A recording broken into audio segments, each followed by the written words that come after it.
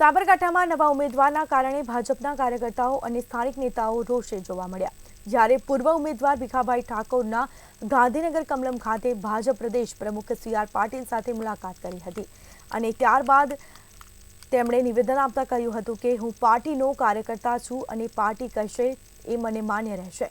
હું ખુશ છું કે પાર્ટીનો સનિષ્ઠ કાર્યકર્તા છું અને રહીશ. વધુમાં કહ્યું હતું કે મારા વિસ્તારમાં કાર્યકર્તાઓ વિરોધ નોંધાવી રહ્યા છે. એ મારા કાર્યકર્તા છે, એમને હું સમજાવીશ. કાર્યકર્તાઓ ભારતીય જનતા પાર્ટી વિરુદ્ધ નહીં જાય.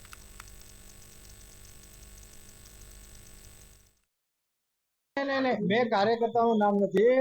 સમર્થકો કદાચ મારા જાણ બહાર કદાચ આવ્યા હોય, અરે હું તો અહીંયા છું, એટલે એ કાર્યકર્તા હશે તો કોણ છે એની તપાસ કરાવું છું અને તપાસ કરાવ્યા પછી મારા કાર્યકર્તાઓ છે હું ચોક્કસ કે મારા મતલબ સમર્થકો છે તો હું કહીશ કે ભારતીય જનતા પાર્ટી નિર્ણય છે.